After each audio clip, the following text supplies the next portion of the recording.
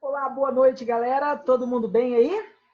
Como é que vocês estão? Boa noite, professor. Boa noite, show de bola. Então, galera, hoje eu vim substituir o professor Vitor, né? O professor Vitor, se Deus quiser, vai estar bem já firme, leve e forte, nesse momento de que ele tem que ficar um pouco de repouso e tudo mais. Então, a gente vai trabalhar, continuar aquela parte de sociologia quanto à antropologia, construção do pensamento antropológico, aspecto cultural, e a sociologia cultural quanto à antropologia no Brasil. E a gente vai falar um pouco de Gilberto Freire, Darcy Ribeiro, Casagrande Senzala, a gente vai falar sobre algumas obras clássicas da sociologia brasileira e que vocês, com sangue no olho e faca no dente, podem usar como argumentos na sua redação, porque esses autores são prato cheio para você preparar uma redação excepcional. Tá bem?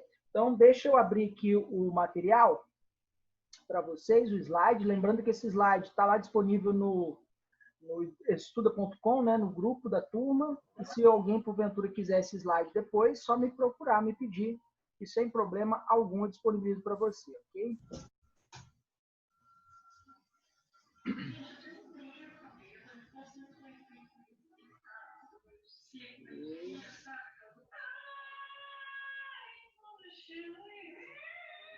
Tem alguém com o microfone ligado aí, pessoal? Por favor, peço para desligar. Dá uma olhadinha se tem algum microfone ligado. Beleza. Então, o que a gente está tratando até aqui, galera? Nós estamos tratando temas cultura, né? Cultura do latim colere, que significa cultivar, né? Cultura quanto aos hábitos, tradições, costumes, valores, crenças que são passados, acumulados, transmitidos, adaptados, passados de geração para geração ao longo da história. E vimos na nossa última aula chamadas teorias antropológicas, né? Vimos o evolucionismo social, vimos o estruturalismo, o difusionismo, o culturalismo. Né? O evolucionismo social postula aquela teoria que é fundamentada em Charles Darwin, de que todas as sociedades passam pelo mesmo processo evolutivo, do primitivo ao civilizado, possui, portanto, uma visão organicista, em que todas as sociedades são, digamos assim, de alguma forma determinadas pelas leis da natureza, né? O estruturalismo, nós vimos, né? O estruturalismo de Claude Lévi-Strauss, que argumenta que todas as culturas possuem estruturas mentais comuns, estruturas mentais essas que podem ser compartilhadas entre os povos e culturas, exemplo do escravismo, do feudalismo, do capitalismo, que são estruturas, né? E o estruturalismo busca justamente estudar, analisar, compreender, explicar esse tipo de estrutura, essas estruturas culturais comuns a diversos povos, tradições e etc. Né? Vimos também o difusionismo. O difusionismo parte do princípio e busca explicar as diferenças entre as culturas humanas a partir do paradigma da difusão. Segundo difusionistas, ao longo da história, as culturas possuem um caráter acumulativo e transmissivo, que isso ocorre com as guerras, com o comércio, com a imitação. Então, através das guerras, dos comércios e da imitação, as culturas, os povos trocam, fazem intercâmbio entre si. E pode ocorrer o processo de sincretismo, de fusionismo cultural entre os povos. Né? E, finalmente, a gente também viu o culturalismo, de Franz Boas. O culturalismo parte do princípio de que cada cultura passa pelo seu próprio processo evolutivo, de que cada cultura possui a sua história, cada cultura ela está submetida às condições como geografia, clima, psicologia, né? E que exercem influência sobre a produção cultural. Então, cada cultura tem que ser entendida e compreendida dentro do seu contexto e dentro de sua história. E agora, now or never, nós vamos falar do tópico F, que é a antropologia cultural no Brasil. E nós vamos desbravar esse aspecto da antropologia do Brasil a partir de autores muito importantes, ok? Alguém gostaria de fazer alguma pergunta antes da gente começar essa parte?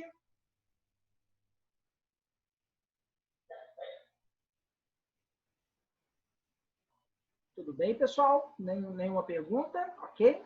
Então vamos à frente, tá? Quando a gente fala de antropologia, só lembrando, né? Antropo-homem, logia, logos, estudos. Estudo do homem. Tudo bem? Então, a antropologia se debruça sobre estudar a humanidade, estudar o homem, estudar as culturas, ok? A gente pode resumir a antropologia dessa maneira.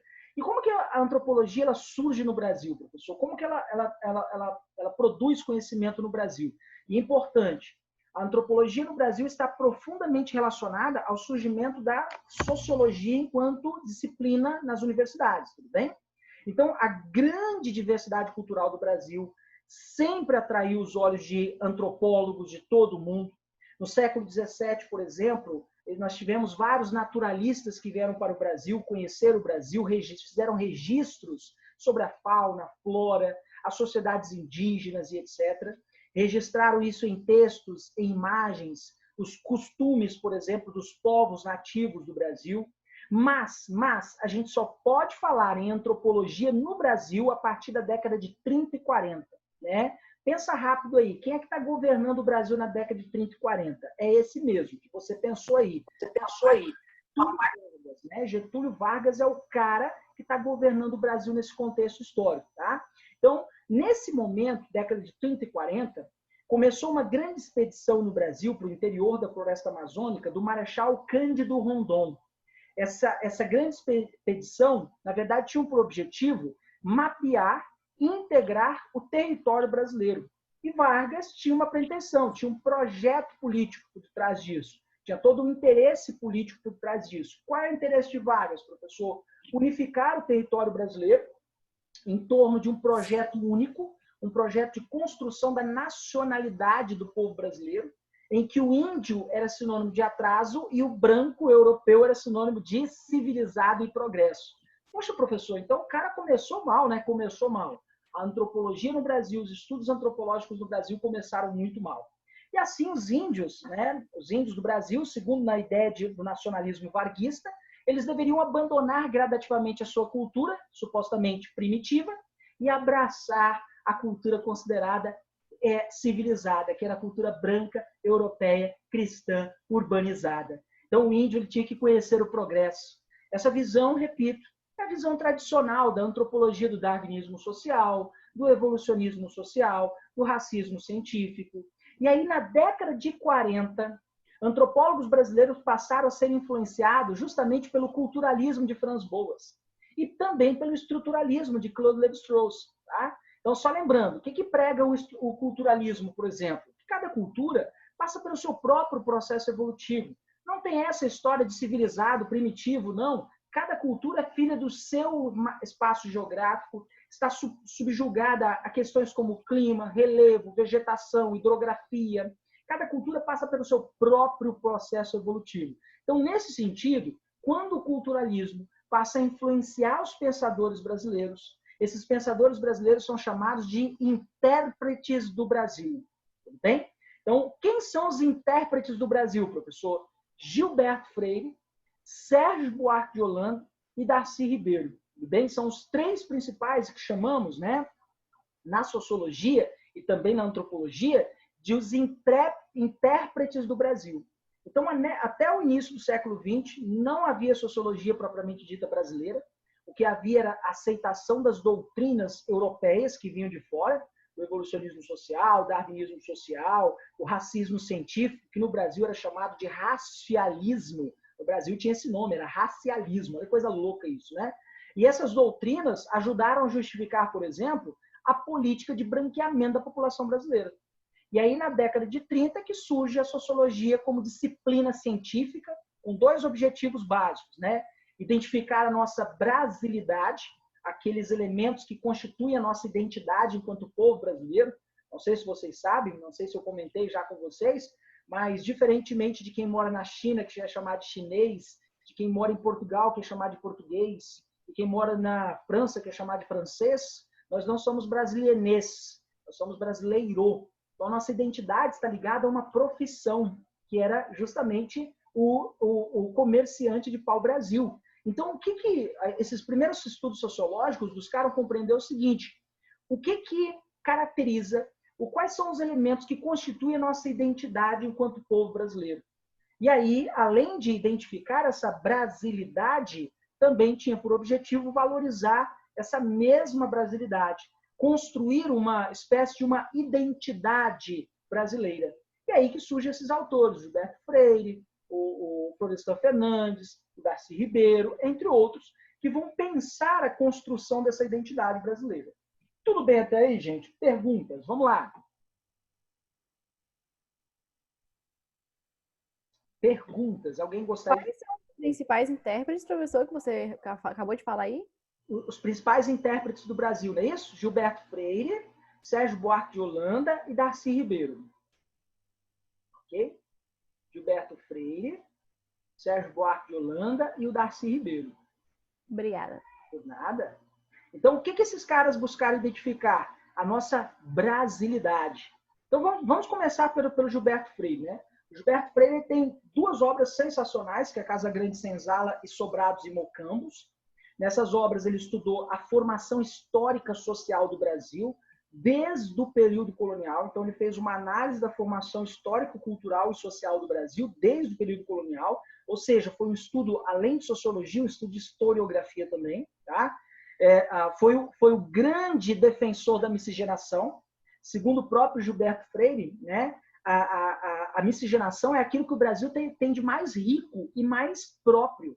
A nossa cultura, a cultura brasileira, por que ela é tão rica? Por que ela é tão rica em manifestações culturais? Porque no Brasil existem 3 importantes matrizes que juntas, ou seja, através da miscigenação, através do difusionismo, da fusão entre culturas, promoveram uma diversidade muito grande.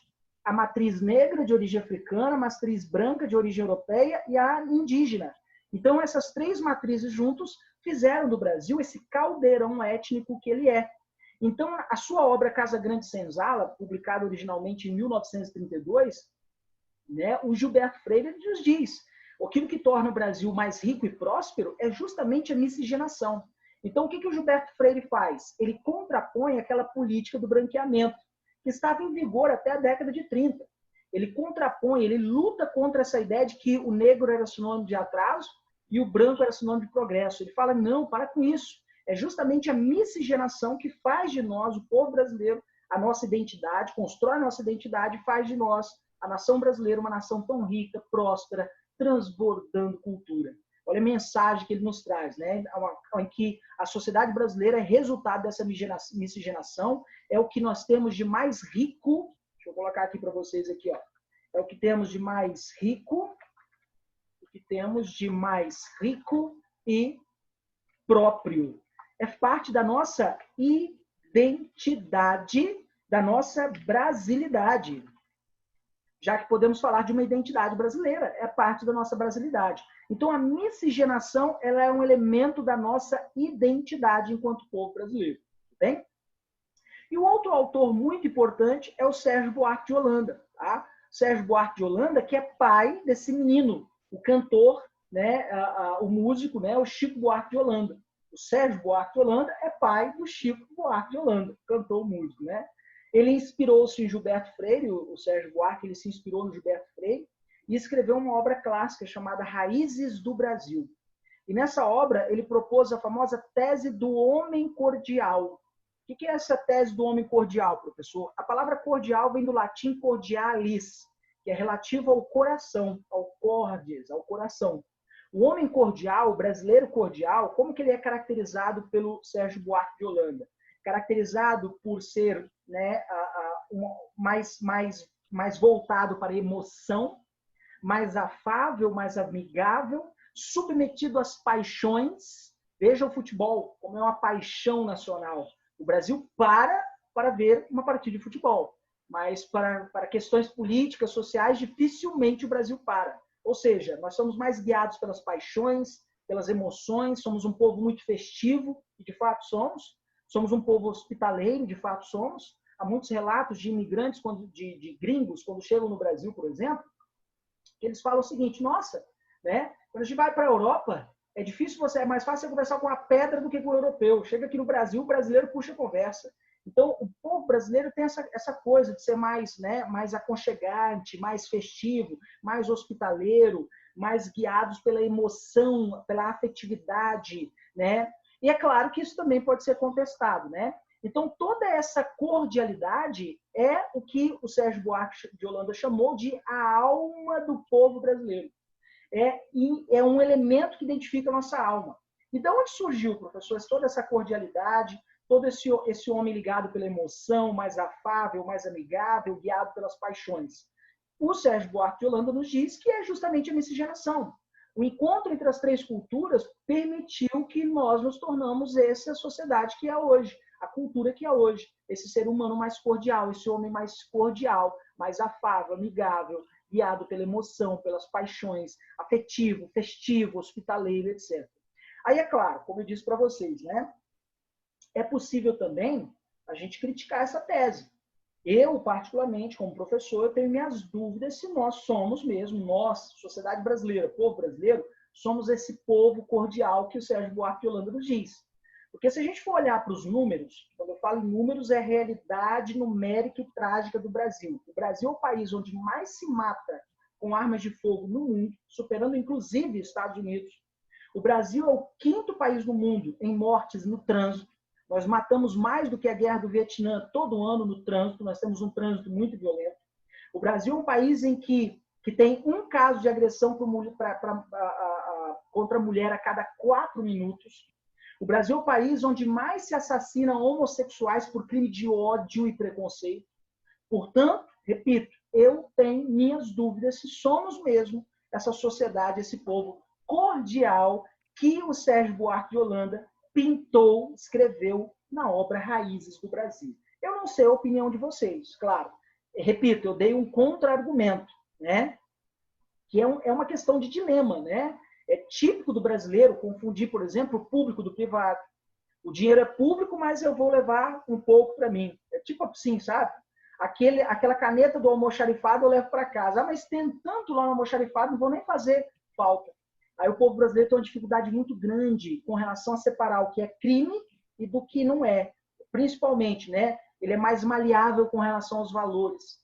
Leva a caneta da empresa para casa, fala que tem tanta que nem vão ligar, e aí pergunta, cara, mas isso não é corrupção? Não, tanta caneta lá não é corrupção, não. Que é isso, né? E aí a ponta mais trágica disso, a ponta do iceberg, é a nossa política.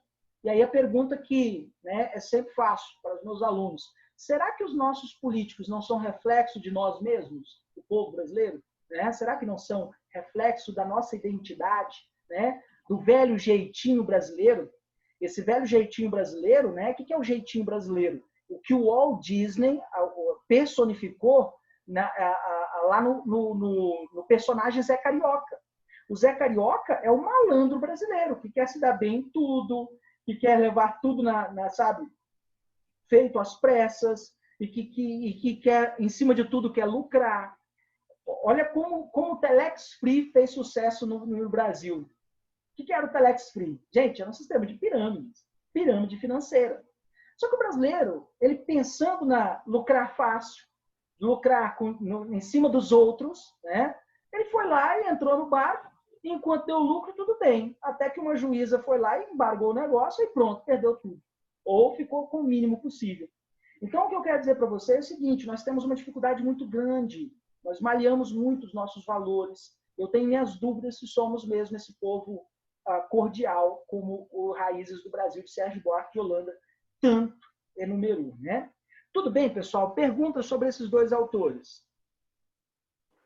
Professor, que tipos de redação, de temas eu poderia jogar esses dois sociólogos? Show de bola. Citar esses dois sociólogos. Pergunta excepcional. Qualquer tema ligado a preconceito, racismo, miscigenação, cotas raciais, cai Casagrande Senzala como uma luva. Quando você pondera Gilberto Freire. Gilberto Freire, importante pensador intelectual brasileiro, que pensava na miscigenação como aquilo que temos de mais rico e mais próprio, como aquilo que caracteriza a identidade do povo brasileiro, nossa brasilidade. Era a favor de uma nação miscigenada. Olha que cara, nossa. Aí o seu corretor ele vai subir pelas paredes, entende isso? E aí quando cai lá a questão da violência, da criminalidade, né, corrupção, homem cordial. Aí você pode gerar dúvida. Como bem escreveu Sérgio Buarque de Holanda, que nós, povo brasileiro, somos homens cordiais, né? Somos homens afáveis, voltados pela emoção, guiados pela emoção, pelas paixões. Ao mesmo tempo, guiados pelas emoções e paixões, nós vivemos uma sociedade que deveria ser cordial, mas vive em meio à violência, criminalidade. Eu lancei alguns dados para vocês. Né? Eu falei, por exemplo, o Brasil é o país onde mais se mata por arma de fogo do mundo. O Brasil é o 5º país do mundo com mais mortes no trânsito. Nós temos um dos trânsitos mais violentos do mundo. A cada 4 minutos, uma mulher é agredida no Brasil. Ou seja, será mesmo que somos esse homem cordial? Então, tudo vai depender da temática que a sua redação vai te cobrar. Então, se ela caiu alguma coisa relacionada à questão social, cotas, racismo, preconceito, né, intolerância racial, Casagrande Senzala, Gilberto Freire, cai como uma luva.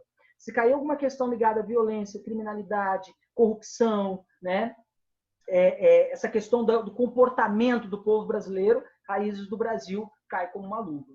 Tudo bem? Beleza. Beleza?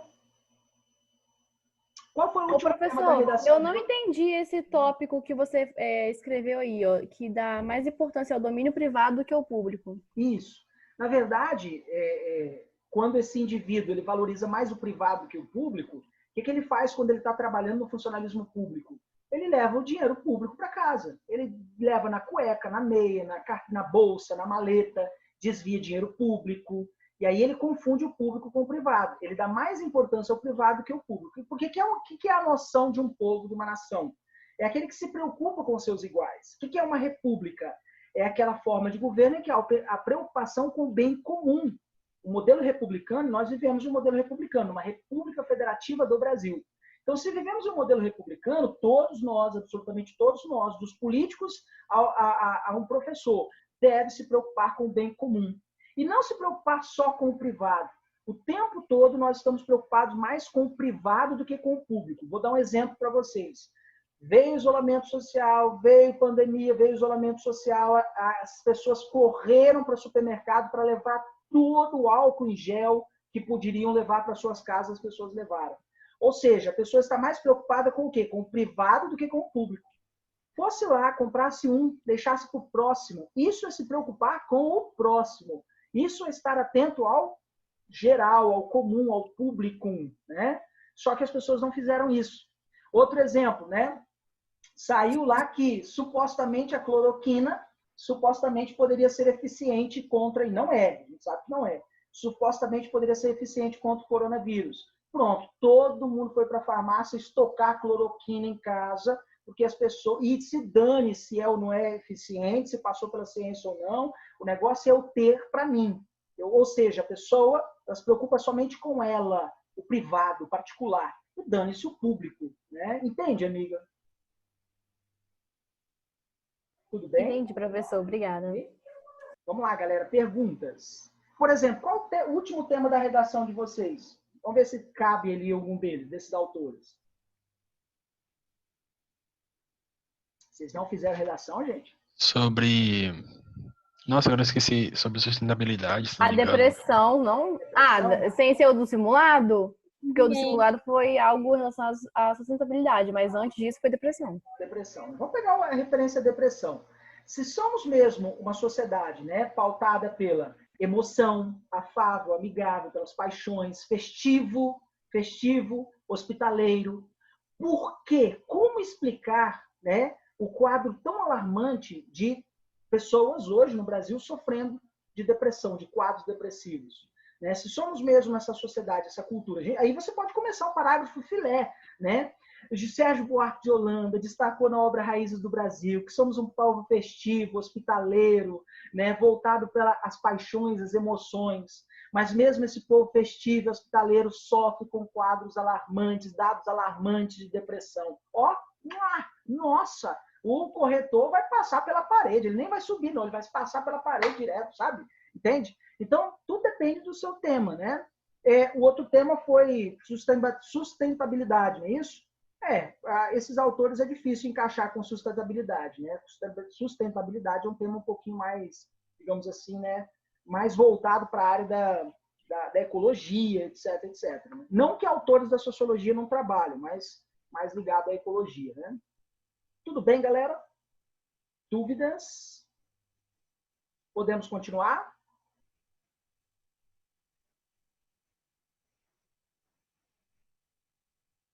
E aí a gente vai falar agora um pouquinho sobre o Darcy Ribeiro.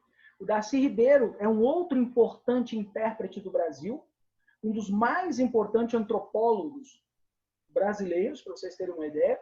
Darcy Ribeiro, ele buscou encontrar os traços que compõem a nossa brasilidade, por meio justamente da miscigenação. Então, o que vocês estão vendo? Que um autor foi influenciado pelo outro, ok? Isso é importante. Um autor foi influenciado pelo outro, tá? Então, o Darcy Ribeiro influenciado por Sérgio Buarque de Holanda, influenciado pelo Gilberto Freire, ele vai lá e reescreve a sociologia brasileira, tentando buscar os traços, aquilo que compõe a nossa brasilidade por meio justamente da miscigenação. E aí ele concluiu o seguinte, ele chegou à seguinte conclusão: a sociedade brasileira ela é originária de 3 importantes matrizes culturais: a indígena, nativa, o branco, português, europeu, e o negro, matriz africana. Essa junção dessas 3 importantes matrizes, tá? Estando em contato físico, econômico, cultural, por meio justamente da colonização, no nosso contexto histórico da colonização, é que resultou essa intensa mestiçagem e essa cultura tão étnico-racial, tão grande, tão forte, tão diversa, né, que é a cultura brasileira. E não sei se vocês sabem, mas o Brasil, juntamente com alguns outros países da África, é o país do mundo que mais se possui festas culturais locais, religiosas ou não, locais. Ou seja, nós somos esse povo festivo, né? E o resultado dessa intensa miscigenação caracteriza a nossa cultura, é parte da nossa identidade, é o que mostra a nossa brasilidade, né? Sua obra mais importante, a obra mais importante do Darcy Ribeiro é O Povo Brasileiro, publicada em 1997. Quando essa obra foi publicada, eu lembro que eu ainda estava na faculdade, foi um alvoroço, porque todo mundo queria ler Darcy Ribeiro. Ele era o popstar da sociologia, das ciências humanas, ele era o popstar na época. Então, o que ele defende? Né? O que Darcy Ribeiro ele mostra para nós nessa obra? Que o Brasil é um caldeirão cultural. Foi marcado por relações amistosas, por conflitos. Ele vai citando exemplos de relações amistosas, conflitos, marcado por violências, por relações de dominação. O tempo todo o Brasil é fruto dessa intensa construção de relações amistosas, conflitos, violência, relação de dominação, com o encontro do nativo indígena, do negro africano e do branco europeu. Então, o que é o povo brasileiro? Você nunca pode dizer que existe uma única matriz para o povo brasileiro. Existe apenas uma identidade para o povo brasileiro. Impossível. É impossível você dizer... Gente, é só você olhar para você mesmo. Eu mesmo falo por mim. Meu pai é branco, de origem italiana, minha mãe negra, de origem africana, com a mãe dela indígena e o pai do pai dela negro. Olha que coisa louca isso. E minha avó, por parte de mãe, casou com um português, né, branco do olho azul. Minha avó, que era negra, por parte de mãe, casou com um português de olho azul. Ou seja, eu sou fruto da miscigenação. E eu acredito que muitos de vocês aí também são. Então, é quase impossível a gente dizer quem é branco, quem é negro, quem é pardo, É quase impossível. É o que o Gilberto Freire destacou. É quase impossível dizer quem verdadeiramente é branco, quem verdadeiramente é negro, quem verdadeiramente é pardo no Brasil. Por quê? Porque nós somos um povo, uma cultura miscigenada. Ô, professor, levando para o caso das cotas, todo mundo fala que eu sou branca, mas eu me considero parda. Como que, aí no caso, eu poderia entrar nessa cota? Não sei. Às vezes eu fico na dúvida em relação a isso. Então, eu não lembro de você, eu não conheço a pigmentação da sua pele. Eu não lembro se a gente teve aula junto, provavelmente eu não consigo lembrar de jeito nenhum. Mas o que se leva em consideração para cotas socio-raciais? Primeiro, questão de renda social. Então, se você tem renda dentro do quesito, você entra como cotista. Caso você tenha renda superior, você pode tentar também por questão de raça. E aí, se necessariamente você for considerado, né, se autoconsiderar, e o IBGE também te considerar assim, negra ou parda, aí sim você entra na questão do quesito cotas socio-raciais. Agora, eu precisaria te conhecer, né, saber a pigmentação da sua pele, né? E é claro, vocês sabem, tem pessoas que tomam um bronzezinho, né, passam um carvãozinho na pele para poder passar, né, desapercebido e fraudar o sistema de cotas. Vocês sabem porque que justamente, faz, né? e justamente isso que você falou, o lado do meu pai é mais questão do índio e tudo mais. O lado da minha mãe já é todo mundo italiano. Então, aí eu fico nessa dúvida em relação a isso. Então, você é branquela, amiga. Você é branca, tem que por onde fugir não, tá? Provavelmente você é branca, tá? Entendi. Professor. Você já, o censo do IBGE, você já teve acesso ao censo do IBGE? Quando você assina algum documento, você se autodeclara como o quê? Travou só pra mim? Isso. Oi, pessoal, estão ouvindo? Travou um pouco, professor. Travou? Não escutei, não. Em algum momento, para algum documento público, você se autodeclarou como o quê? Nunca fiz isso. Ah, você nunca fez? Ah, entendi. Beleza, então. Eu teria que ver você para nem chegar a uma conclusão, para dizer só olhando, né? Empírico, né? Para dizer, você é branquela, né? Branquela loira do olho azul, né? Ou negona, você é negona. Né? É difícil mensurar assim. Né? Tudo bem, pessoal? Perguntas? Vamos lá. Tudo tranquilo? Podemos continuar? Ô, professor, mas Pode a gente falar. também não pode ir pela cor que está na nossa certidão de nascimento, não? Isso, perfeito, perfeito.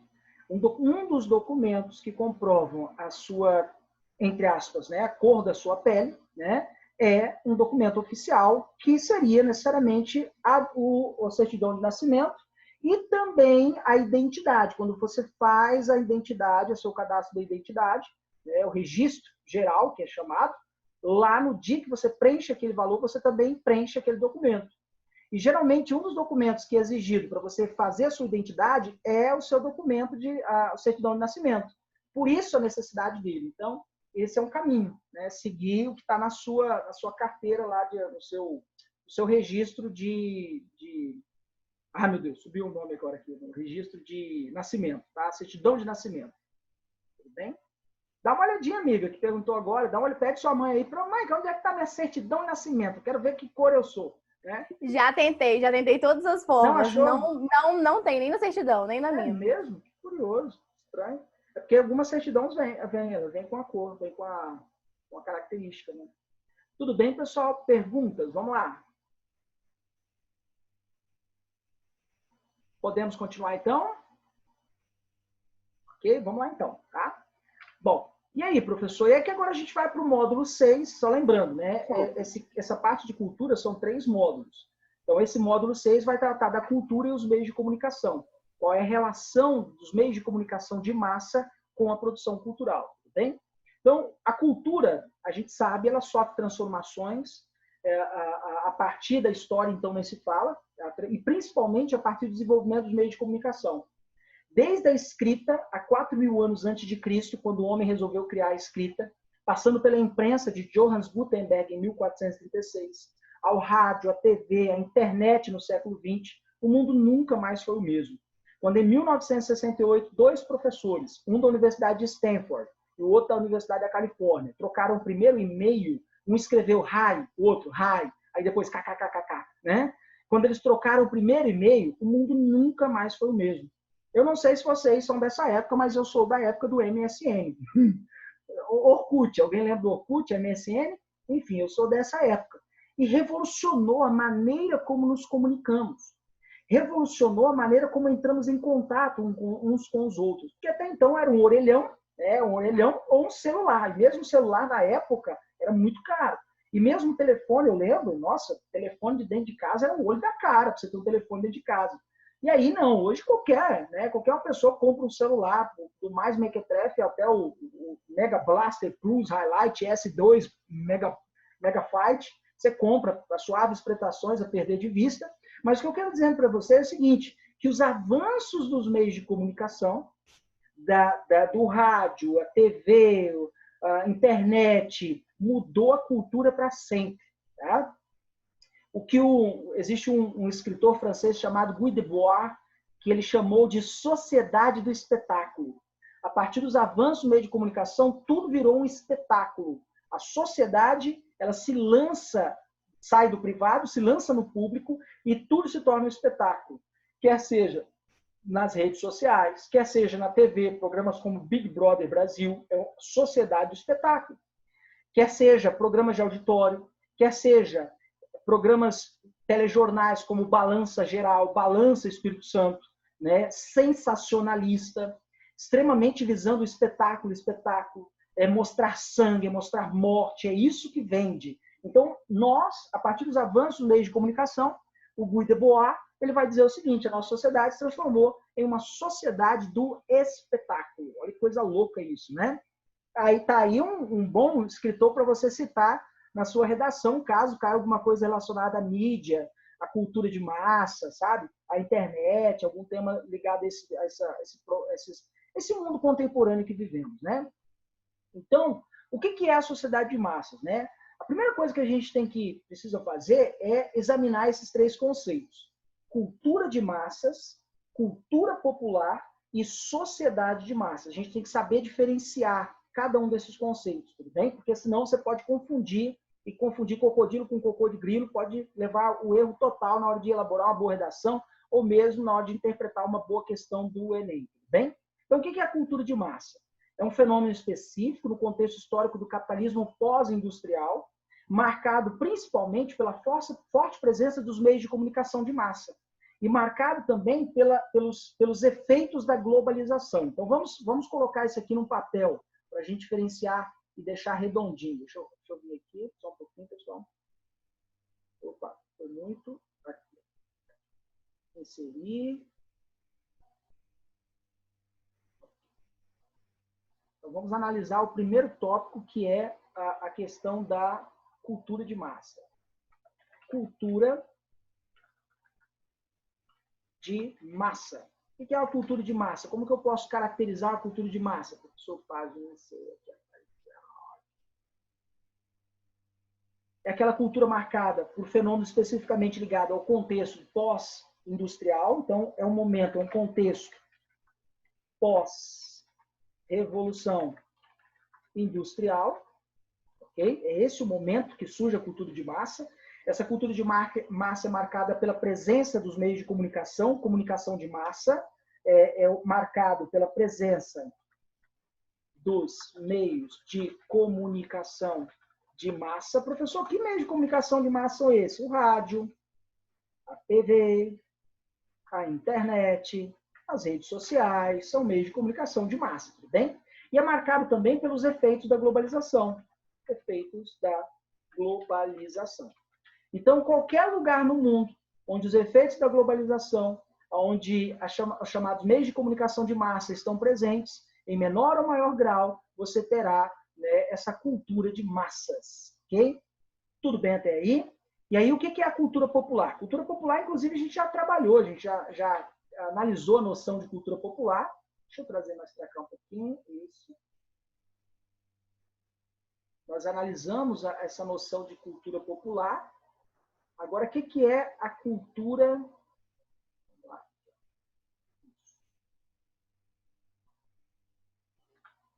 O que é, professor, a cultura popular? Cultura popular a gente já falou, né? Ela está relacionada àquela cultura espontânea do grupo, da classe social dominada, né? É aquela cultura que ela é produzida e reproduzida pela camada dominada da sociedade. Essa é a cultura popular, né? Que necessariamente essa cultura popular ela tem uma identidade própria, como o frevo, como o Bumba Meu Boi, a capoeira, né? Com identidade própria, né? Característica passada de geração a geração por intermédio das tradições, dos costumes, né? É aquela cultura passada de geração para geração através dos costumes, dos hábitos, das tradições de um povo. Né? Quando a gente fala, por exemplo, né, Saci Pererê, foi passado de geração para geração. A noção de folclore que temos, passado de geração para geração. E aí nós temos a sociedade de massa, cultura de massa, cultura popular, e agora a gente precisa deixar bem claro o que é essa coisa chamada de... Opa!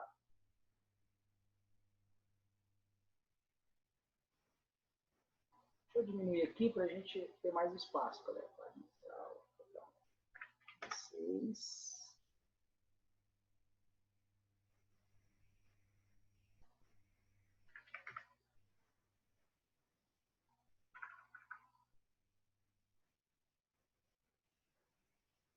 Agora, o que é a sociedade de massa? Vamos lá.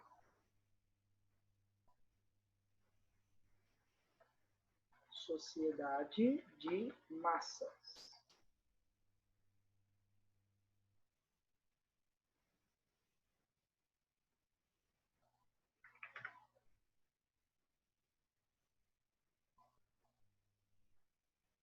A sociedade de massas, principalmente... Opa. A sociedade de massa é um conceito que surge no início do século XX como uma sociedade que é fruto do crescimento do processo de industrialização, que acontece nas sociedades modernas, principalmente a partir do século XVIII, e os avanços dos meios de comunicação, transporte, comunicação, internet, TV, rádio, igualmente, caracterizam essa sociedade. Uma sociedade que ela é padronizada, uma sociedade que ela busca a liberdade, a igualdade, mas ao mesmo tempo ela é padronizada. E aí o termo massa refere-se justamente ao enfraquecimento dos laços que mantêm a chamada coesão social nas sociedades tradicionais, que é uma característica da sociedade pós-revolução industrial, marcado por uma, digamos assim, como ponderou lá o Marx, né, por uma alienação. E também, claro, pela ampliação da globalização. Então, a sociedade de massas é aquela sociedade pautada pelo consumismo. Deixa eu colocar aqui para vocês. Essa sociedade ela é marcada pelo consumismo, pela produção em larga escala,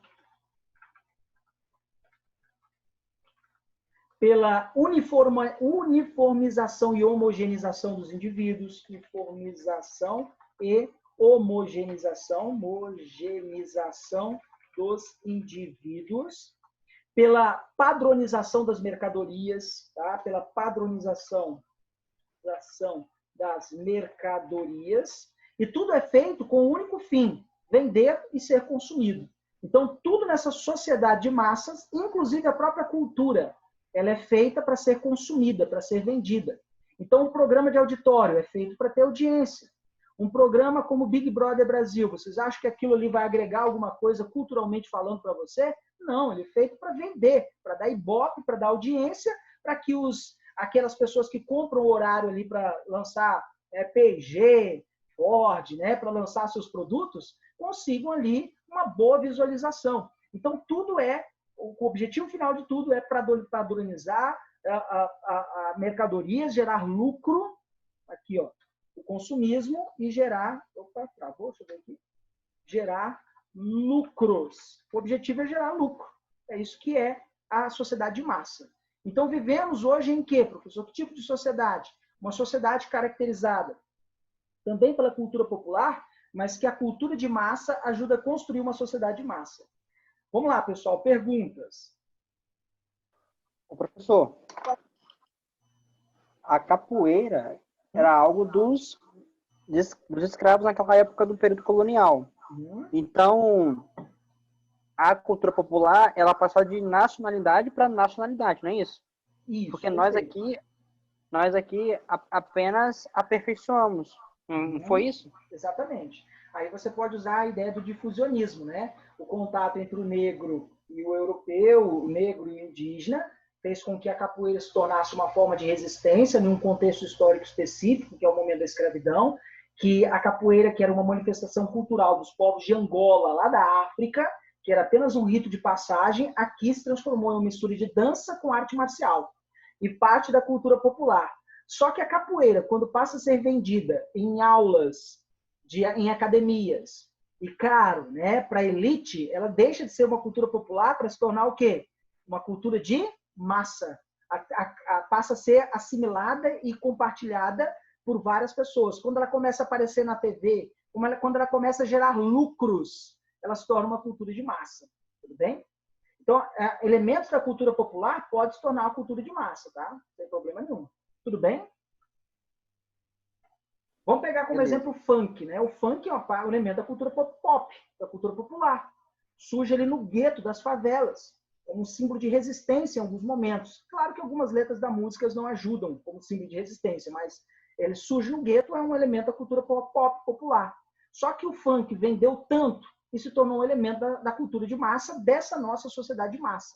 Então, dentro da nossa sociedade de massa, nós compartilhamos, vendemos e lucramos com a cultura de massa. E o funk, que era um elemento da cultura popular, se tornou um elemento da cultura de massa, absorvida, consumida, e para gerar lucro. Então, não é à toa que os funkeiros por aí, principalmente aqueles que, né, souberam administrar, estão muito ricos, ganharam muito dinheiro. Né? E por quê? Porque gera lucro. A cultura de massas, produzida dentro da sociedade de massa, ela é extremamente lucrativa, feita para vender. E aí é interessante, é uma cultura que, principalmente quando difundida no rádio, na TV, né, ela não instiga em você uma crítica.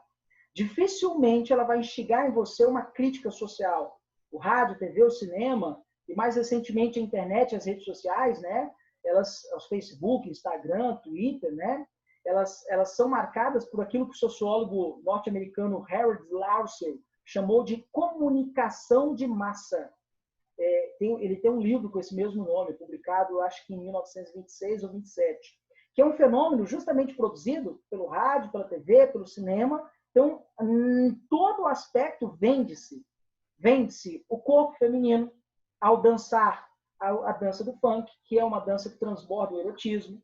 Vende-se a melodia, que, querendo ou não, acaba cativando. A batida do funk é cativante.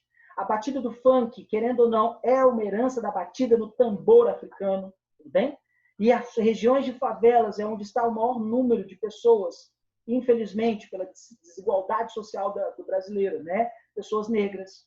Então, nesse aspecto cultural, o funk, por exemplo, é um elemento da cultura popular, que se tornou um elemento da cultura de massa, amplamente vendido dentro da sociedade de massa, com o objetivo de gerar lucro. E aí o funk perdeu a sua crítica social. Não sei se vocês são da época de Claudinho Bochecha, né? O funk crítico, o funk melody, o funk melódico, o funk falava de amor, o funk fazia críticas sociais. Hoje, qual é a única música que, necessariamente, né, do gueto, que traz uma crítica social dura, ácida? O hip hop ou o rap. Né? O hip hop e o rap são manifestações culturais da cultura de popular e que vive no gueto. Porque você dificilmente vai ver um cantor de hip hop, de rap no programa do Faustão. Dificilmente. Por quê? Porque não vende. Por que não vende? Porque ele é uma crítica social. E as pessoas, infelizmente, não gostam. A sociedade de massa não gosta de ouvir uma crítica social. Entende a linha de raciocínio? Tudo bem, pessoal?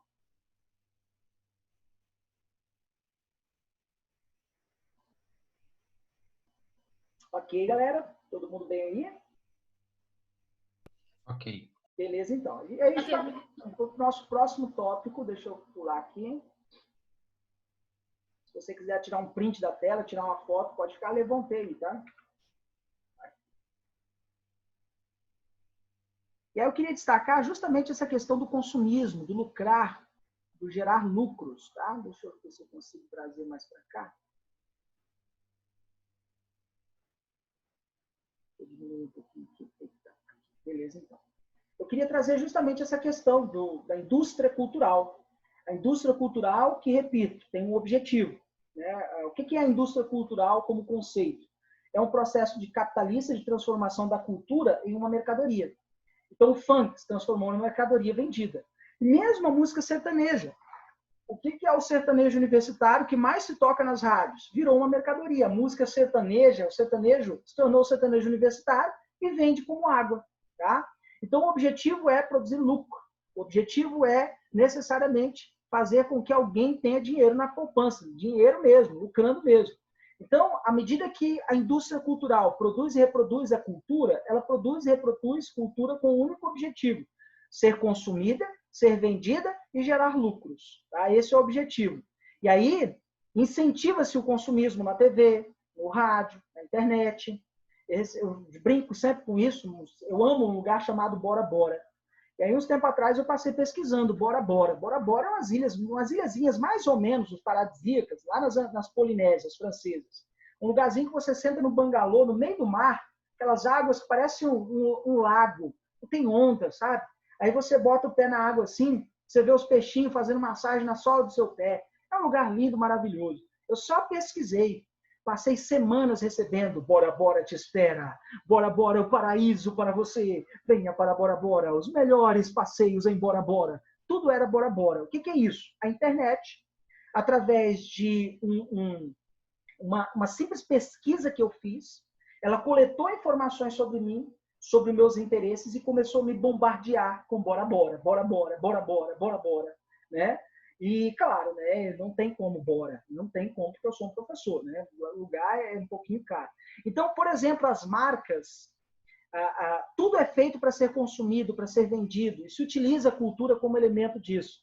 Vou pegar um exemplo clássico para vocês, não sei se vocês vão conseguir visualizar aí, deixa eu trazer mais para cá um pouquinho, aqui, né? Não sei se vocês já ouviram o hino nacional das marcas, né? O hino nacional das marcas é muito curioso. Ele foi produzido por um artista, um crítico, né? Músico crítico, e ele colocou no lugar de algumas palavras do hino nacional brasileiro marcas que vendem muito e que estão constantemente na mídia. Algumas nem tanto, porque já desapareceram, mas é porque essa obra de arte é antiga, né? Mas algumas sim. Como, por exemplo, alguns pontos, e ele rimou as palavras, né? Num posto do Ipiranga, as margens plácidas, de um voo heróico Brahma retumbante, escola da liberdade em Raider fúlgido, brilhou no shell da pátria nesse instante, se o quinor dessa igualdade conseguimos conquistar com braços Ford, se o Seiko, ó liberdade, desafia o nosso peito a Microsoft, o Parmalat Mastercard salve a Sharp, a mil um sonho intenso um rádio Philips, de amor e Lufthansa terra desce, Intel formoso céu olímpicos, a imagem do Bradesco resplandece, Gillette pela própria natureza, Esbela Ford impacto colosso, e teu futuro espera essa grandene, serpa gelada, entre outras mil é souvenir compact amada, do filco deste solas mãe Doril, Coca-Cola, Bombril. Olha isso, cara. Isso é a indústria cultural. Na verdade, aqui, o autor ele quis fazer uma crítica à indústria cultural. Ele está fazendo uma crítica à maneira como a identidade do povo brasileiro, que o hino nacional brasileiro é uma identidade da nossa nacionalidade. Então, o hino nacional brasileiro ele usou para fazer uma crítica ácida a qual é a nossa verdadeira identidade. A identidade nacional é a identidade do consumismo, produzir, vender, a própria indústria cultural contribui para isso. Não é um barato esse hino nacional aí? Não sei se vocês já tinham visto ele, tá? Tudo bem, pessoal? Perguntas? Dúvidas? Tranquilos? Podemos continuar? Não, pode continuar. Tranquilo? E aí tem alguns autores que são muito importantes para a gente entender o conceito de indústria cultural e como a indústria cultural mudou a maneira como nos relacionamos com a cultura. Quem são esses autores, professor? Theodor Adorno, Max Horkheimer, Walter Benjamin e Herbert Marcuse, que em 1920 eles fundaram juntos, eles que são grandes intelectuais, eles fundaram junto na Alemanha, em Frankfurt, o Instituto de Pesquisa Social da Universidade de Frankfurt. E qual é o objetivo desses 4 importantes pensadores intelectuais alemães? Analisar, compreender e explicar a nova realidade social, cultural, pós-revolução industrial, dentro da indústria cultural. E aí o Adorno e o Horkheimer vão escrever uma obra chamada Dialética do Esclarecimento. Foi publicada por volta de 1985. Tá? E aí eles usaram o conceito de indústria cultural. Eles foram os primeiros a usar esse conceito, para contrapor a cultura de massas. E segundo eles vão argumentar o seguinte, que o que chamamos de cultura de massa é pensada, produzida e reproduzida para o mercado. Então, a música sertaneja, pensada, produzida e reproduzida para o mercado, para vender. Não se preocupa mais com o teor, o conteúdo, mas sim se ela vai bombar nas rádios, na TV, na internet, e se eu vou ser chamado para o palco do Faustão. É isso que interessa. E elas apresentam, elas deixam, na verdade, de apresentar a espontaneidade, aquilo que é espontâneo. Isso a gente vê nos próprios livros escritos mais recentemente, né? O Zygmunt Bauman, no livro 44 Cartas do Mundo Líquido, ele faz uma crítica muito interessante. Porque o que aconteceu com a invenção do computador? Antes, um bom escritor escrevia à mão ou escrevia na máquina de escrever. E não sei se vocês já tiveram contato com a máquina de escrever, eu já fiz curso de datilografia, mas a máquina de escrever não permite que você simplesmente apague a palavra com uma única tecla, entende? Ou seja, o que você escreveu ficou ali a marca e já era. Então, com relação a isso, o que o Zygmunt Bauman nos diz? Quando veio o computador, o escritor está lá escrevendo uma frase, ele acabou de escrever uma frase, não gostei não, ele apaga, volta e reescreve, apaga e volta e reescreve, apaga e volta e reescreve. Isso acaba com a espontaneidade, com a originalidade do autor. Então, o que é esse mundo da indústria cultural? É um mundo sem originalidade. É um mundo onde todo mundo copia todo mundo. Se copia, as pessoas se copiam. E o triste é quando a pessoa copia outra pessoa e não cita a fonte. O que eu vejo demais na internet. Esses dias eu comecei uma campanha no Instagram que era cite a fonte. Cite o livro que você copiou esse trecho, de onde você tirou essa pesquisa, mesmo porque para você dar valor a quem escreveu o livro e também para que os fatos que você está afirmando sejam verídicos, para você provar que tem uma comprovação teórica ali. E aí, hoje, perde-se a espontaneidade, perde-se, na verdade, ali, a identidade, porque tudo é muito fácil, tudo é muito compartilhado, né? Que é uma característica dessa indústria cultural. E essa indústria cultural, e é interessante notar que essa indústria cultural ela é produzida e reproduzida para o mercado capitalista, vender, gerar lucros. Então, a própria arte se transforma em uma mercadoria. E aí ela deixa ao se tornar uma mercadoria, a arte, deixa eu pular aqui, a arte, quando ela se torna uma mercadoria, ela perde, ela deixa de ser, né, expressiva para se tornar uma simples mercadoria, ela deixa de ser inovadora para se tornar reprodutiva, ela fica se reproduzindo, e deixa de ser inovadora, deixa de ser criativa para se tornar repetitiva. Então, o que é a indústria cultural? Aquilo que é produzido pela indústria cultural. É tudo aquilo que perde a originalidade, a identidade, é tudo aquilo que é reproduzido e repetido. Por exemplo, né, existe um artista plástico brasileiro que faz muito sucesso no Brasil e no mundo, chamado Romero Brito, né? O Romero Brito, ele tem pinturas como essa aqui, uma releitura da Mona Lisa, através de uma gatinha, com traços muito coloridos, etc. O Romero Brito vendeu igual água. Toda a produção cultural de Romero Brito tem um fim único, ser comercializado, gerar lucro. Não à toa é um dos artistas plásticos mais ricos do mundo. Qual é a intenção de Romero Brito com as obras de arte dele? Vender.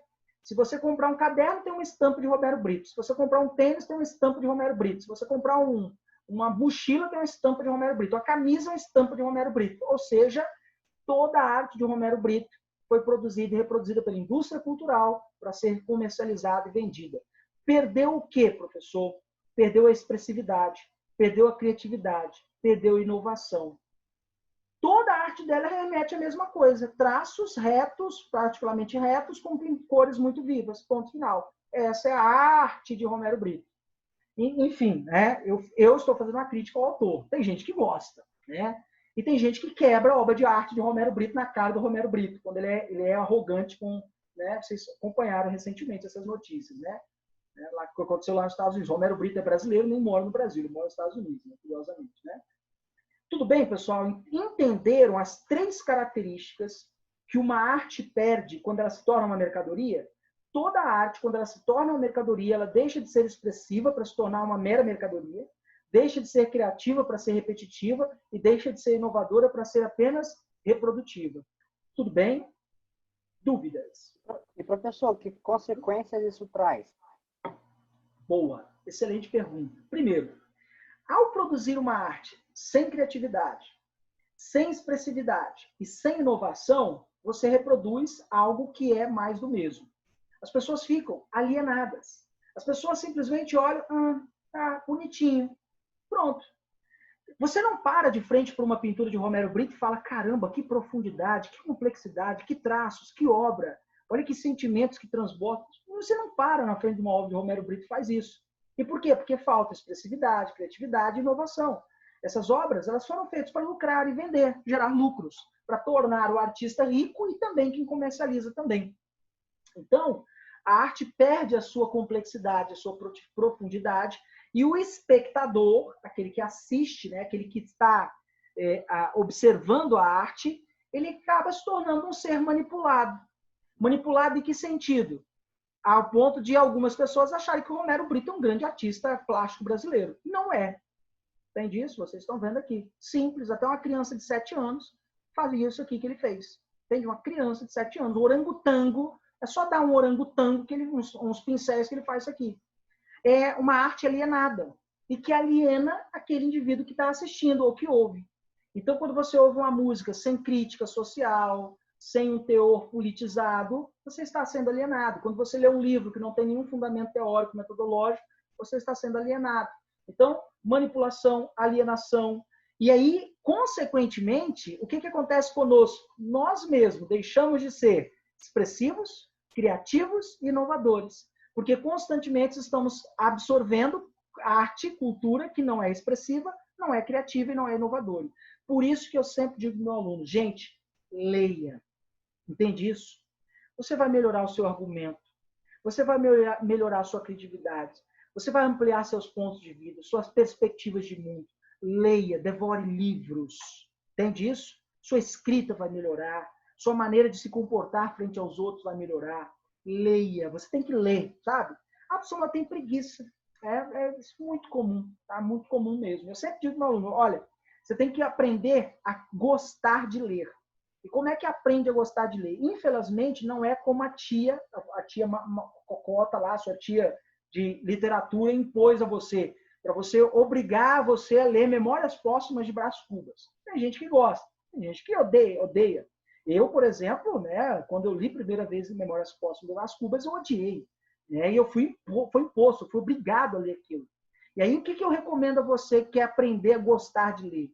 Começa lendo aquilo que você gosta. Se você gosta, por exemplo, de animais, cães, compre um livro sobre cães. Se você gosta de navios, compre um livro sobre navios, uma história sobre navio, né? Titanic, né? Sei lá. Se você gosta de guerras, compre um livro sobre guerras e vai ler um livro sobre guerras. Então, comece lendo aquilo que você gosta. Estipule uma meta para você. O que é uma meta? Todo dia 5 páginas. Todo dia 10 páginas. Se todo dia você lê 10 páginas, em 30 dias, você vai ler quantas páginas? Um livro, gente. Então, estipula uma meta, comece lendo por aquilo que você gosta, você vai despertando gosto. Você vai perceber que logo nos primeiros livros, sua maneira de pensar, ver, argumentar, vai melhorar significativamente. E você deixa de ser um ser manipulado, alienado, e cria em você criatividade, inovação, expressividade, leitura. Comece pela leitura. Tudo bem, pessoal?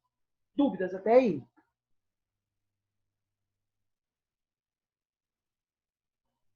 A nossa aula vai até que horas mesmo, para eu me organizar aqui, galera? Já passou até, professor. Já passou? A aula iria... Não. Não, é porque a aula...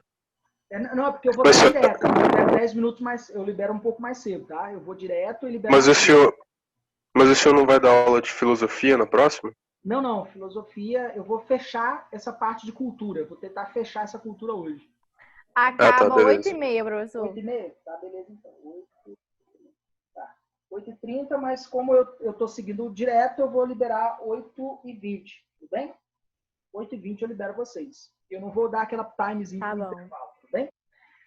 Bom, continuando então, galera.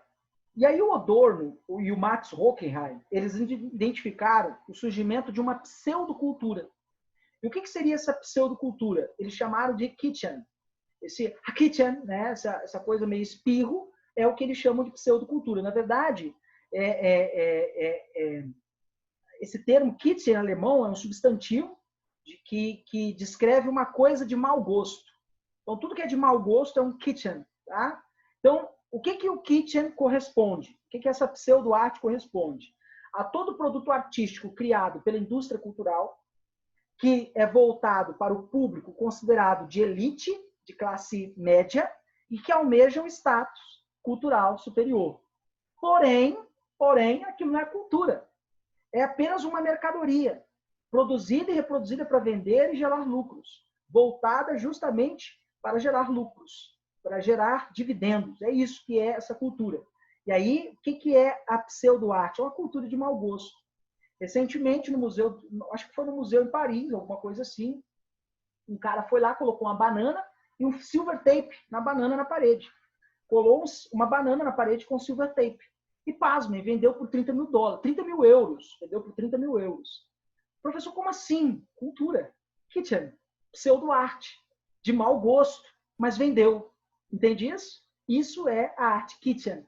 Pseudo-arte. De mau gosto, feita para ser consumida, né?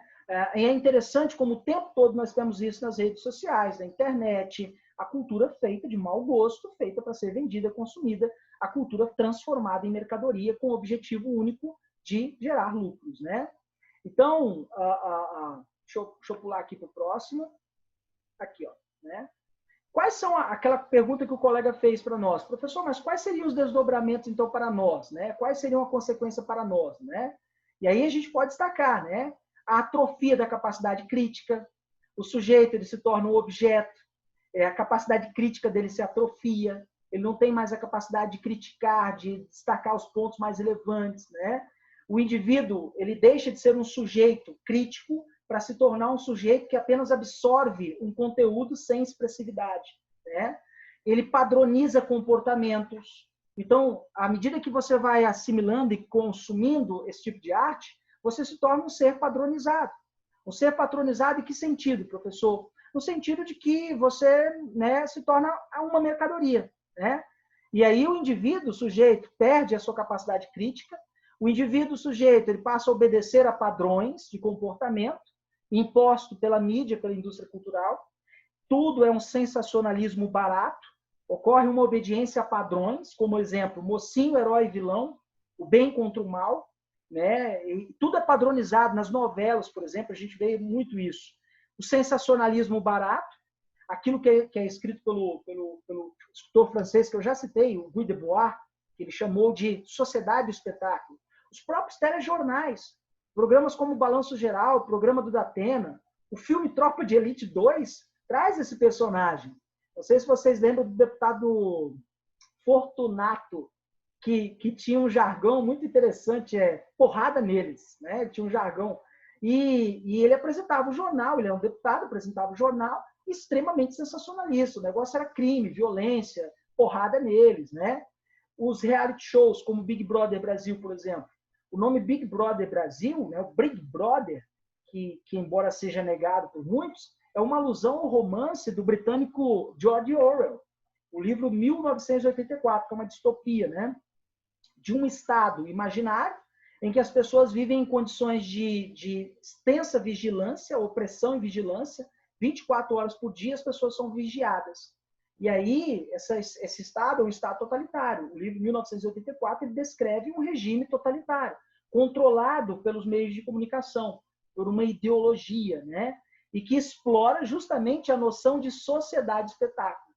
E, por fim, controle social, né? Que a indústria cultural, através dos filmes, dos livros, das músicas, uma vez transformadas em mercadorias, e teriam por um fim controlar você, controlar a mim, controlar as massas, e com claros interesses políticos e ideológicos, ok? Bossa Nova, por exemplo, cantada durante o crescimento econômico do governo JK, que chegou, o próprio presidente JK, Juscelino Kubitschek, chegou a ser chamado de presidente Bossa Nova, né? Músicas como Olha que coisa mais linda, mais cheia de graça, né? Não fazem uma crítica social, somente exaltam, né, aquele mundo de crescimento econômico. A Jovem Guarda, de Roberto Carlos, Erasmo Carlos, produziu uma música com nenhuma crítica social durante todo o período do regime militar. E devemos lembrar que o próprio Roberto Carlos foi premiado pelos militares por diversas vezes. O próprio Roberto Carlos ele foi premiado pelos militares do regime militar brasileiro por diversas vezes, né? E qual seria a solução para isso, professor? Eu já dei um exemplo, né? Para você deixar de ser esse objeto e se tornar um sujeito ativo, né? Qual seria a solução, né? A educação. Eu já dei uma sugestão: livros, devore livros, né? A educação pode levar a você a se tornar um sujeito crítico, um sujeito capaz de identificar essa cultura de alienação, essa cultura padronizada, sensacionalista, de controle social, de atrofia da capacidade intelectual. Tudo depende, é claro, de você, você tem que se esforçar. E a educação ela seria capaz de fazer o indivíduo deixar a sua condição de objeto e assumir uma condição de sujeito ativo. Então, quando você bate o olho num programa... Gente, depois que você começar a desenvolver o seu senso crítico, você não vai querer assistir nunca mais Big Brother Brasil. O que Big Brother Brasil está acrescentando na minha vida? Entende isso?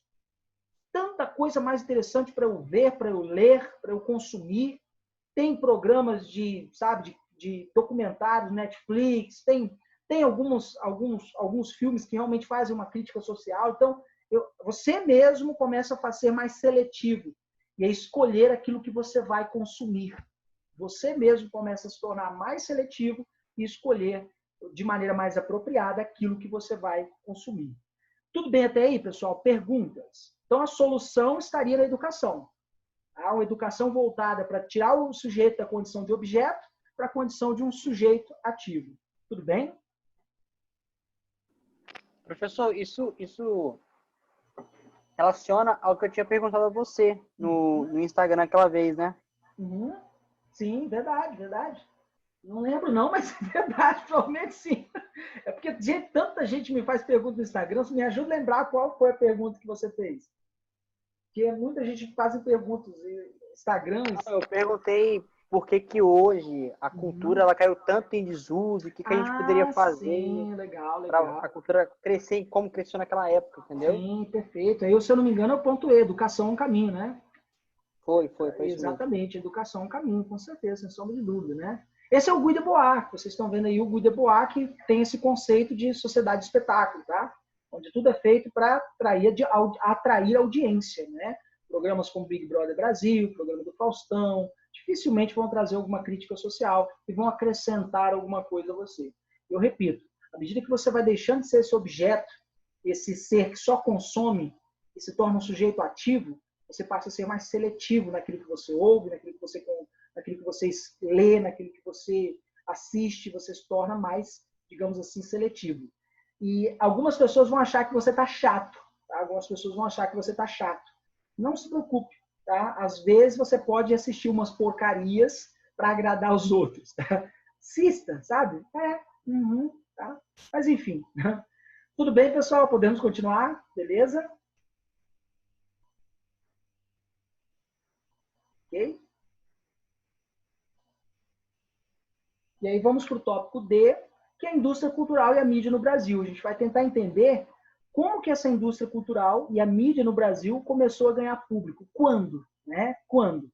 A década de 30 é um marco inicial, principalmente no governo de Getúlio Vargas. Getúlio Vargas ele deu início a esse fenômeno chamado indústria cultural, que na época contou com a imprensa escrita, com o cinema, com o rádio, tudo submetido a um rígido controle e censura, do famoso DIP, Departamento de Imprensa e Propaganda, criado em 1939 pelo governo Vargas para censurar e, o tempo todo, exaltar a figura varguista. Né? Essa cartilha aqui era uma cartilha distribuída nas escolas públicas da época. Era uma cartilha que exaltava Getúlio Vargas. E quem foi a instituição que distribuía essas cartilhas na escola, professor? Aqui, ó, DIP, Departamento de Imprensa e Propaganda do governo Vargas. Vargas foi o cara que criou a Voz do Brasil. Na época era a Hora do Brasil, e se tornou a Voz do Brasil, que era um programa de rádio que tinha por objetivo exaltar os feitos de Getúlio Vargas enquanto presidente do Brasil da época. Tá? Então foi a época do rádio.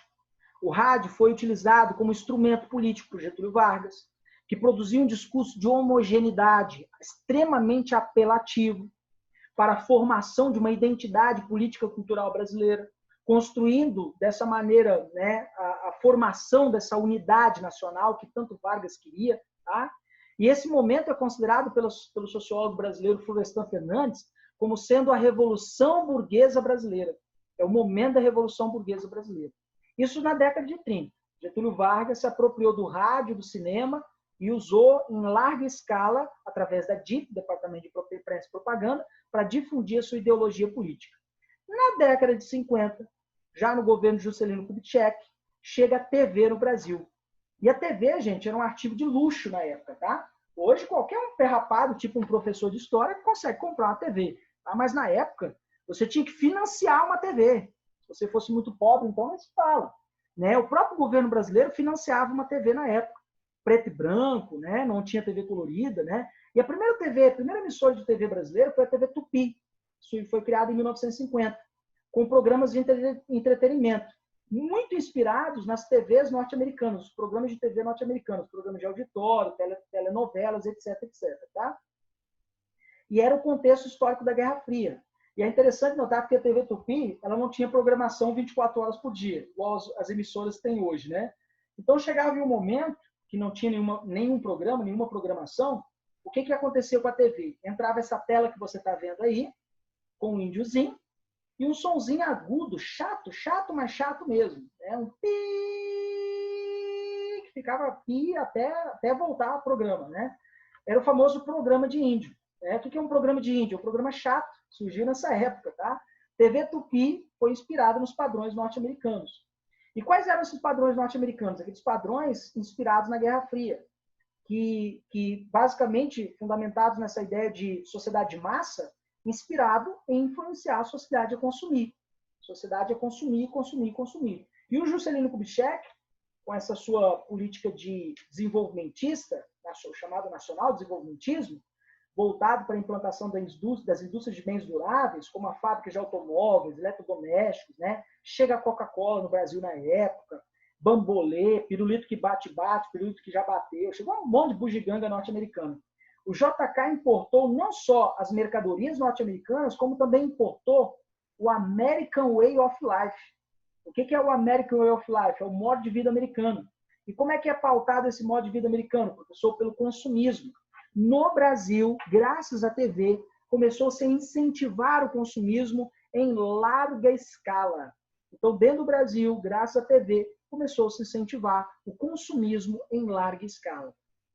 E a aquisição de produtos industrializados, como eletroeletrônicos, eletrodomésticos, produtos enlatados, passou a ser visto como uma revolução da vida privada e da classe média, tá? Porque era a classe média que tinha dinheiro para poder comprar tudo isso aí, tá? Então, a partir da década de 50, a televisão se tornou o meio de comunicação mais importante e influente. Década de 30 e 40, o rádio.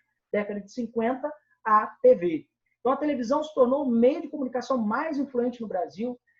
Em grande parte desse sucesso está ligado principalmente ao papel da Rede Globo, de televisão, vocês sabem disso, fundada no início da ditadura militar, em 65, pelo jornalista Roberto Marinho, e aí nós entramos na década de 60 e 80 com a TV Globo marcando um momento da história do Brasil. Tá? E houve, na época, um intenso controle, durante o regime militar brasileiro, um intenso controle e censura dos meios de comunicação. E a partir da redemocratização da década de 80, telejornais, filmes, novelas, programas de auditório foram submetidos à influência de acionistas e também de clientes. Aqueles acionistas que pagam ali um minuto para manter a sua marca ali. E a Rede Globo exerceu e ainda exerce, em vários momentos da nossa história, um certo controle, uma certa manipulação sobre as pessoas, sendo a emissora mais assistida durante muitos momentos do dia. Né? Então, no regime militar, em um primeiro momento, para vocês terem uma ideia, a Rede Globo ficou do lado do regime militar, pois a própria Rede Globo ela dependia dos militares para receber a concessão, para funcionar como uma TV aberta. Né? E o Roberto Marinho ele foi considerado o marechal civil do golpe de 64. E o Roberto Marinho, né, é o que foi denunciado no livro 1964, o golpe midiático civil-militar, do jornalista Juremir Machado da Silva. Tá? E a Rede Globo apoiou o governo Collor. A Rede Globo manipulou os debates do Collor e do Lula nas eleições de 89. Para vocês terem uma ideia, né? As eleições de 89, o próprio Boni, que é um dos marqueteiros da Rede Globo, que foi o marqueteiro do Collor, né? Ele deixou bem claro, o Collor não suava. O que a gente fez? A gente aplicava a glicerina dele para parecer suor. O Collor tinha uma pasta amarela, né? A pasta amarela que ali ele dizia supostamente ter acusações contra o PT e contra o Lula. Não tinha nada naquela pasta amarela. Ou seja, a Globo manipulou aquele momento, aquele debate eleitoral entre Collor e Lula em 1989 e o Collor venceu. E depois, o que aconteceu com o Collor? O caçador de marajás, ele foi lá, prendeu as poupanças brasileiras no plano Collor, e a galera perdeu o dinheiro que estava no banco, e aí a galera foi para as ruas através dos caras pintados, né? O que foi denunciado num documentário da BBC inglesa, de Londres, chamado Muito Além do Cidadão Kane, um documentário de 93 ou 94. Tem no YouTube, tá? Você digitar no YouTube assim, ó, Muito Além do Cidadão Kane, você vai saber quem é a Rede Globo de fato, tá? Então a Rede Globo, por exemplo, esteve do lado do impeachment da Dilma. Eu lembro como se fosse hoje. 13 milhões de desempregados. E as chamadas do Jornal Nacional sobre o desemprego era engenheiro que perdeu o emprego, eletricista que perdeu o emprego, todo mundo estava perdendo emprego. De fato, todo mundo estava perdendo emprego. E aí o preço do dólar a 3,94. E aí o preço do dólar afetava o pão, o pãozinho francês. E a gasolina afetava a economia. Tudo em alta. E durante a paralisação dos caminhoneiros, a gasolina chegou a 3,99. Em alguns postos chegaram a 4, 5 reais. Vocês lembram disso? Aí Dilma caiu. Tá? Beleza. O problema era Dilma. Dilma caiu. Sobe quem? O Temer. O Valdemar, né? O vice. E aí as chamadas do Jornal Nacional mudaram. As chamadas do Jornal Nacional viraram assim, ó, como o engenheiro se reinventou depois de ficar desempregado.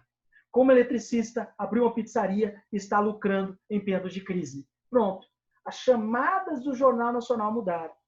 Propagandas como não pense em crise, trabalhe. Lembram muito a propaganda do regime militar brasileiro. Ninguém mais segura esse país. Entende isso? Então, dólar alto não é mais problema e o dólar está batendo na casa dos 5 reais. O dólar alto não é mais problema. A alta dos combustíveis não é mais problema. E aí, fala-se desemprego? Às vezes fala desemprego. Tá? E aí, hoje, as Rede Globo se opõem ao Bolsonaro. Vocês sabem disso, é óbvio, né? Vocês estão assistindo, né? E é o famoso mundo dá voltas, né? O famoso mundo que dá voltas, né? Desde muito tempo, discute-se no Brasil a proposta de regulamentação da mídia brasileira. Era um projeto, inclusive, do candidato à presidência do PT, o Fernando Haddad. Só que é um projeto de normatizar e estabelecer os marcos regulatórios para que as mídias exerçam comunicação no Brasil. Para evitar, por exemplo, que o jornalista fique dando sua opinião. Opinião é para quê, professor? Para programas de opinião. Jornalistas, ou mesmo, né? Qual é a função do jornal? Apenas emitir fatos. É isso. A função do jornal é isso. Qual é a função de um programa de entretenimento? Entreter. Então, para que o apresentador tem que emitir opinião política sobre determinado tema? Então, para evitar, né, esse tipo de coisa, ele queria criar um marco regulador da mídia da TV brasileira. Só que as próprias emissoras consideram esse tipo de coisa uma censura, e eu tenho minhas dúvidas, aonde é que está o limite de censura e de regulação? Eu tenho medo sobre isso também, tá? E também, é claro, né, é óbvio que o Fernando Haddad nem venceu as eleições. E aí, hoje, o que a gente vê o cenário hoje? SBT e Record comendo na mão do governo e Rede Globo sentando a lenha no governo. Rede Globo, quando você assiste Jornal Nacional, você só vê morte. Morte, morte, morte, morte. É Jornal da Record, Jornal da SBT. É o balão que voou para o alto. Né? Pronto. Notícia importante. Como fazer uma caipirinha com limão? Pronto. Resolveu o problema. Está morrendo gente? Já morreu algumas pessoas. Mas a caipirinha é mais importante. Então a gente vê dois polos antagônicos hoje na TV brasileira. E tudo produzido pela indústria cultural, pela mídia brasileira, que é feita, repito, para alienar e manipular. Então não sejam alienados, não sejam manipulados. Busque novas referências, não acredite em tudo que aquele homem maravilhoso do William Bonner fala para você, sabe? Duvide, pesquise, vá atrás de novas fontes, conteste, né? A Globo veio martelando durante anos aí, né? Corrupção, corrupção, corrupção, corrupção. Só lembrando que uma das empresas que mais sonegaram nos últimos anos foi a própria Rede Globo, né? Mas enfim, né? Tudo bem, pessoal? Perguntas? Vamos lá. Tudo bem? Alguém gostaria de fazer alguma pergunta?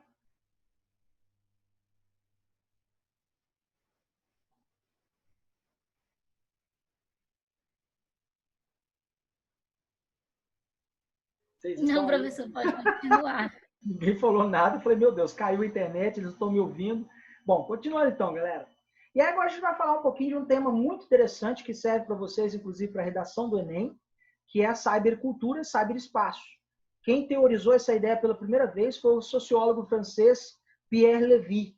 Pierre Levy, ele tornou-se uma das mais importantes referências ao pensar nos impactos da tecnologia de comunicação, principalmente ligada à internet, sobre as nossas vidas, sobre a nossa cultura, sobre a maneira como nos relacionamos.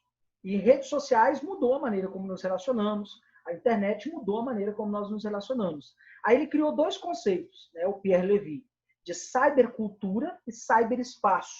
Tá? O que é a cybercultura, professor? Vamos começar pelo cyberespaço.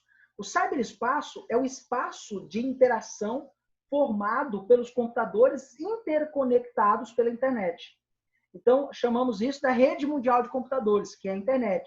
Então, quando você está conectado com outra pessoa, você cria um cyberespaço. Um cyberespaço que pode ser usado para levar informação ou desinformação.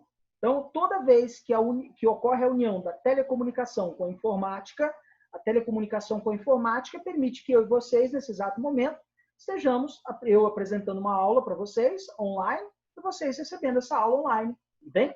Isso é a telemática, a união da telecomunicação mais a informática. E aí, senhoras e senhores, né, o cyberespaço é esse ambiente de criatividade, de possibilidades, em que cada indivíduo pode ser um emissor de conteúdo. E aí, né, cada indivíduo tem a possibilidade de uma ação no mundo virtual. E aí, eu, por exemplo, um mero professor, eu tenho uma rede social, um Instagram, um Facebook, um blog, uma página no YouTube, né? Então, um mero professor pode emitir conteúdo, né? São chamados influenciadores digitais, como o Hugo Gloss, né? O Hugo Gloss, o youtuber, o influenciador digital, que se tornou mundialmente famoso por estar em contato com as estrelas, né? E aí o Pierre Levy diz o seguinte, é no cyberespaço que atualmente hoje, está se produzindo um novo tipo de cultura, a cybercultura. A cybercultura ela é produzida e reproduzida dentro do cyberespaço, nas redes sociais, nas páginas de Facebook, Instagram, do Twitter, nas páginas dos YouTubers. Então, constantemente no cyberespaço, nas redes mundiais de computadores, está sendo produzida a cybercultura, né? E exemplo de como isso tem impacto na nossa vida, professor, na comunidade, na nossa vida em sociedade, né? Um exemplo foi em 2010, quando aconteceu no Egito, na Líbia, na Tunísia e na Síria, a chamada Primavera Árabe, 2010, a Primavera Árabe, onde esses países se mobilizaram pela internet, pelas redes sociais, e passaram a difundir movimentos, organizações de protesto contra regimes ditatoriais. Outro exemplo que a gente pode citar é 2013 no Brasil, na chamada Jornadas de Junho de 2013, em um contexto histórico de gastos volumosos com estádios padrões FIFA e gastos exorbitantes para preparar o Brasil para as Olimpíadas. Começou uma série de protestos no Brasil por aumentos na passagem, aumentos de 25 centavos. Eu lembro como se fosse hoje. Não é só por 25 centavos. Teve uma galera que fazia plaquinhas, sabe? Criatividade brasileira é super interessante, né? E aí foram as maiores manifestações civis públicas desde as diretas já, de 1985. Os famosos caras pintadas também de Collor, da década de 90. Então foi uma grande mobilização feita pela internet, que uniu muita gente. As pessoas foram às ruas, manifestaram sua insatisfação popular contra o governo, contra os gastos exorbitantes com a Copa do Mundo, e não com a educação, e não com segurança, né? Então, é no cyberespaço que se produz a cybercultura. O cyberespaço ele amplia a possibilidade. Agora, é importante, pela internet, pelo cyberespaço, você pode tanto produzir cultura de verdade, como também pode produzir, né, cultura de massa, produzida para vender, para lucrar. É aquela velha história, né? A internet em si, a rede mundial de computadores em si, redes sociais em si, elas não são boas ou más. É a maneira como nós usamos as redes sociais, a internet, que fazemos dela boa ou má. Podemos usar uma página do Instagram para bobagens, ou podemos usar uma página do Instagram para difundir conteúdo de Enem, história, questões, curiosidades, etc, etc. Tudo depende de quem? ser humaninho de nós, né? Claro. Tudo bem, pessoal? Perguntas? Dúvidas?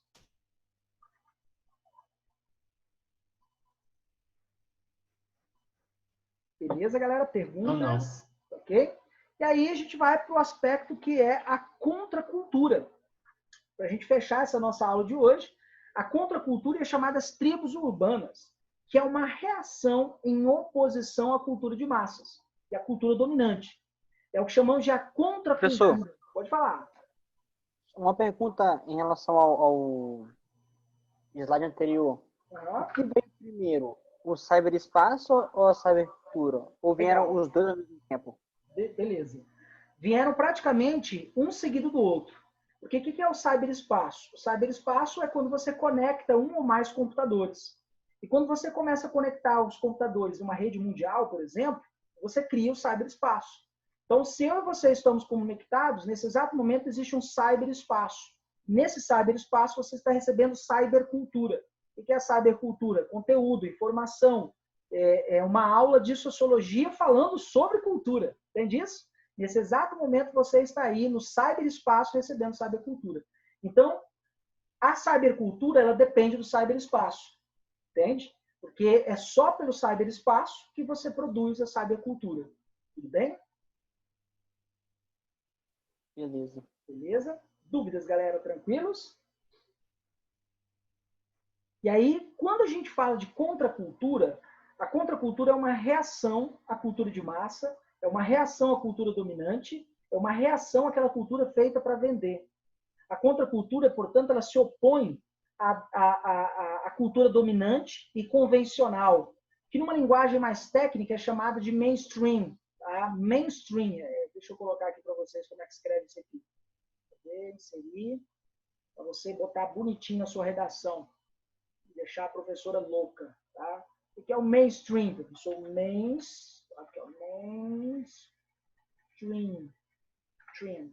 Mainstream. O mainstream é essa cultura que a gente está acostumado a absorver, que é uma cultura dominante, uma cultura, né, convencional, uma cultura ligada ao comércio, a produzida e reproduzida para vender, é o chamado mainstream. Então, contra esse mainstream é que surge a cultura underground.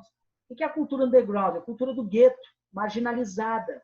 A cultura underground, ela ataca a cultura dominante, ela ataca a cultura de massas. E ela visa transformação. Ela tem senso crítico, ela tem embasamento e fundamento que cria identidade. Identidade ao ponto dos indivíduos se reconhecerem como tal e lançarem as tribos urbanas. Exemplo, professor, o movimento hippie da década de 60, lutando contra a Guerra Fria, a Guerra do Vietnã, perdão, lutando contra a Guerra do Vietnã. Então, o movimento hippie da década de 60 tinha uma identidade própria. Pessoas passaram a abraçar os valores, a identidade do movimento hippie e se tornaram hippies, uma tribo urbana, ok? O movimento punk rock, o tropicalismo, o rock and roll, o rap, o hip hop, os black blocs, né? Todos esses movimentos foram e são constantemente atacados pela cultura de massas, por jornais. Dificilmente você vai ver um cantor de hip hop no programa do Faustão. Dificilmente você vai ver um rapper no programa do Faustão.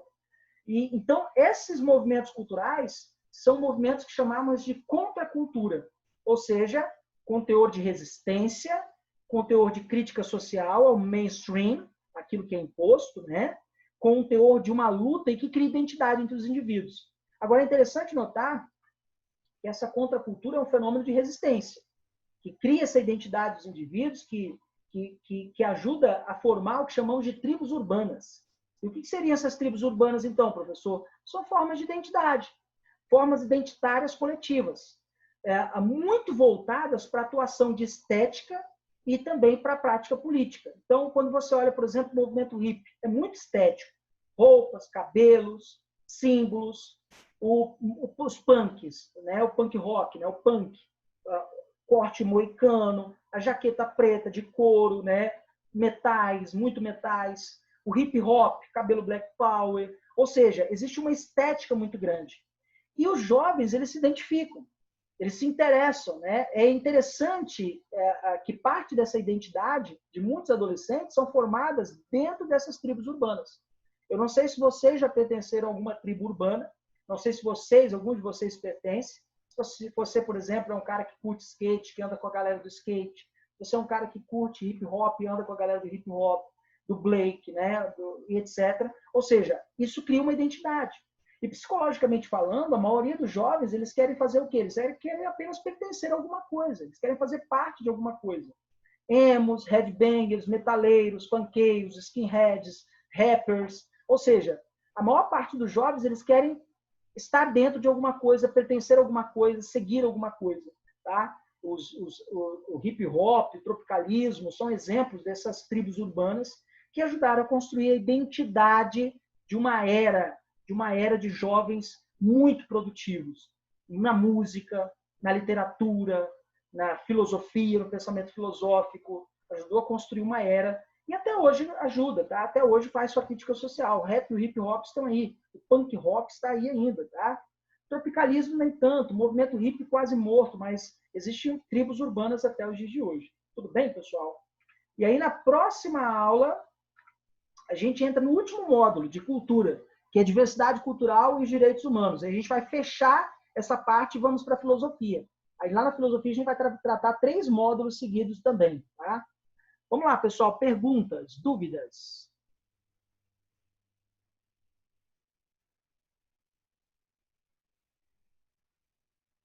Perguntas, galera. Tranquilos? Tudo tranquilo, professor. Beleza. Então a gente fecha a nossa aula por aqui hoje, tá? Na quarta-feira, é amanhã, né? Amanhã é quarta. Amanhã. Quarta-feira a gente fecha esse último tópico de cultura. Nós teremos uma aula amanhã, tá? E aí a gente vai ser feliz, com certeza, vocês com sangue no olho, focadíssimos, preparadíssimos para o Enem, tá bem? Meninos, fiquem com Deus até a aula de amanhã, tá? Pode falar? Pode, claro. Você vai corrigir as questões de simulado? Questão de simulado? Pode ser, posso corrigir na próxima aula, pode ser, então? Pode. Beleza, então, na aula de amanhã eu corrijo as questões de simulado. Então, deixa eu anotar isso aqui, senão eu vou esquecer. Corrigir questões do simulado. Beleza, show de bola. Tranquilo? Obrigada. Valeu, gente. Um abraço, fiquem com Deus e até a aula de amanhã, tá? Tchau, tchau.